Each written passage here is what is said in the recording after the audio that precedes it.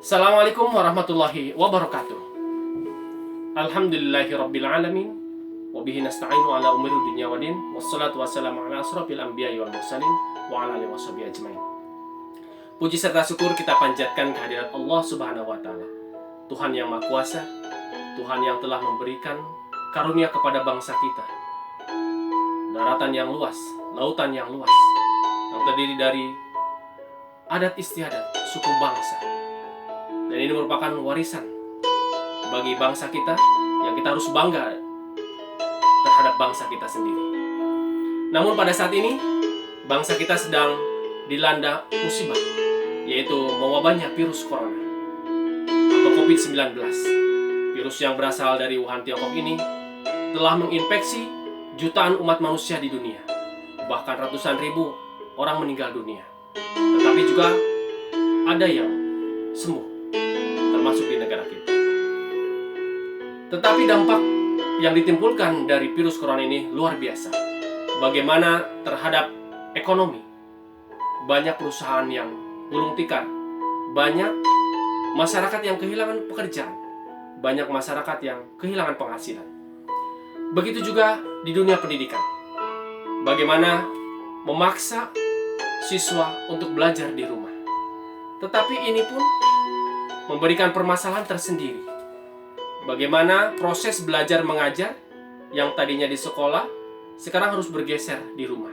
Yang tentunya berbeda situasi pembelajaran. Ini juga harus kita pikirkan bersama. Bagaimana orang tua harus membimbing anaknya, apalagi yang banyak anaknya. Bagaimana orang tua harus menyediakan kuota internet atau harus punya HP.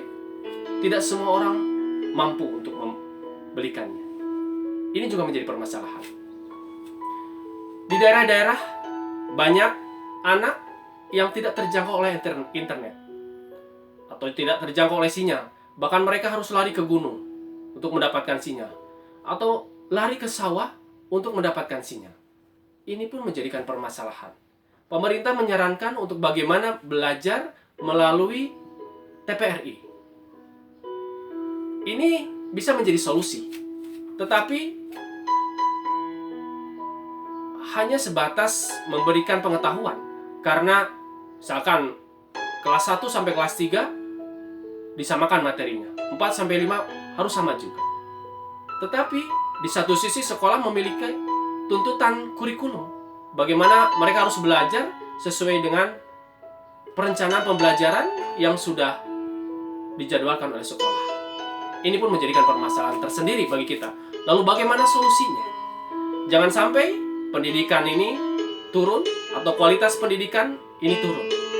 Di mana UN sudah dibatalkan. Yang ini merupakan indikator dari kemajuan pendidikan Indonesia. Bagaimana kita bisa mengetahui keberhasilan tingkat pembelajaran, yaitu melalui UN. Pendidikan di Indonesia jangan sampai mundur atau jangan sampai kualitas pendidikan di Indonesia turun. Karena pendidikan adalah merupakan indikator dari kemajuan sebuah bangsa. Di mana pendidikan maju, maka bangsa itu pun akan maju. Tetapi apabila pendidikan itu turun, bangsa itu pun akan turun. Nah, kita terkadang salah mempersempit pendidikan hanya dengan pembelajaran saja. Tetapi bagaimana pendidikan itu adalah usaha sadar, membentuk kepribadian manusia, ya, membentuk spiritual, keterampilan, kecerdasan, dan pengembangan diri. Tidak sekedar pembelajaran di rumah. Nah, solusi yang pertama menurut saya adalah bagaimana adanya kerjasama yang baik antara sekolah, guru, orang tua, dan anak. Bagaimana bersama-sama dengan keterbatasan yang ada untuk mewujudkan sebuah pendidikan. Kerjasama ini perlu, ya, di mana sekolah juga tidak perlu untuk memaksa anak belajar menggunakan internet, padahal tidak semua orang memiliki internet di rumah. Yang kedua, adanya sinkronisasi. Bagaimana mensinkronkan antara sekolah, guru, dan anak sehingga pembelajaran ini bisa berjalan dengan baik. Sekolah tidak banyak menuntut karena kemampuan atau proses belajar di rumah itu berbeda dengan sekolah. Yang penting, bagaimana pembelajaran ini bisa terlaksana dengan baik. Yang kedua, bagaimana pendidikan itu. Anak tidak sekedar belajar teori di sekolah, tetapi bagaimana dia mengaplikasikan pembelajaran itu di rumah. Yang sekarang mungkin anak hanya sekedar belajar teori, tapi sebetulnya banyak sekali yang harus diaplikasikan anak di rumah. Sebagai contoh, tentang pendidikan agama misalkan. Bagaimana beribadah di rumah. Mungkin sekarang banyak orang tua yang di rumah, orang tua membimbing anaknya untuk bagaimana beribadah bersama. Ini merupakan aplikasi dari pembelajaran pendidikan agama yang harus ditanamkan di rumah. Atau aplikasi pembelajaran PPKN misalkan. Bagaimana menerapkan nilai-nilai ketuhanan sesuai dengan sila ke-1 ketuhanan yang Maha Esa. Atau sila ke-4 misalkan, mempraktekkan bagaimana di rumah bermusyawarah untuk mencapai mufakat. Tentang misalkan bergotong royong untuk bergotong royong membereskan di rumah misalkan. Nah, ini juga mengaplikasikan nilai-nilai Pancasila dalam kehidupan sehari-hari.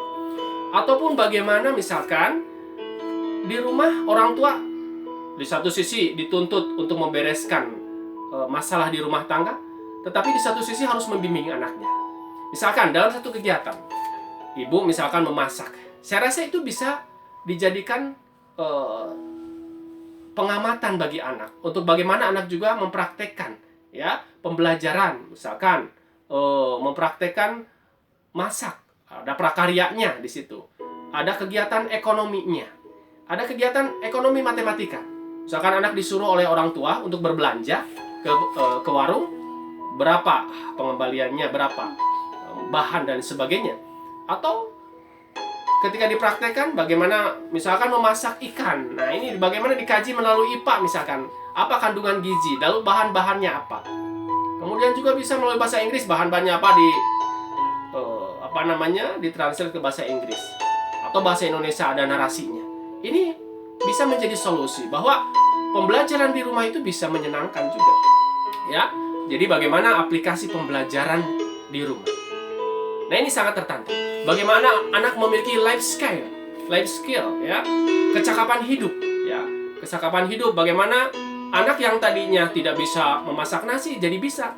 Bagaimana anak tidak bisa mencuci akhirnya bisa. Ini juga life skill, ya, yang perlu ditanamkan kepada anak. Sehingga begitu anak banyak waktu yang tersedia di rumah bisa dimanfaatkan untuk pembelajaran anak. Sehingga apa? Proses pembelajaran di sekolah terlaksana. Begitu juga pembelajaran di rumah bisa terlaksana dengan baik. Orang tua juga tidak merasa terbebani dengan adanya pendidikan ini, sambil anak juga belajar dari orang tua. Saya yakin dengan pembelajaran seperti ini bisa kita memperoleh pembelajaran aktif, inovatif, kreatif, efektif, dan menyenangkan. Saya rasa itu sebagai solusi dari saya. Mudah-mudahan pendidikan Indonesia di tengah corona ini semakin maju, ya, sehingga kita memperoleh kualitas pendidikan yang lebih baik lagi. Tetap beribadah di rumah, bekerja di rumah, dan belajar di rumah. Jangan lupa selalu mencuci tangan dengan sabun, memakai masker ketika keluar, supaya kita bisa menekan penyebaran virus corona. Majulah Indonesia, majulah pendidikan Indonesia. Jangan lupa Anda men-subscribe, like dan komennya juga di-share. Terima kasih. Billahi taufiq wal hidayah. Wassalamualaikum warahmatullahi wabarakatuh.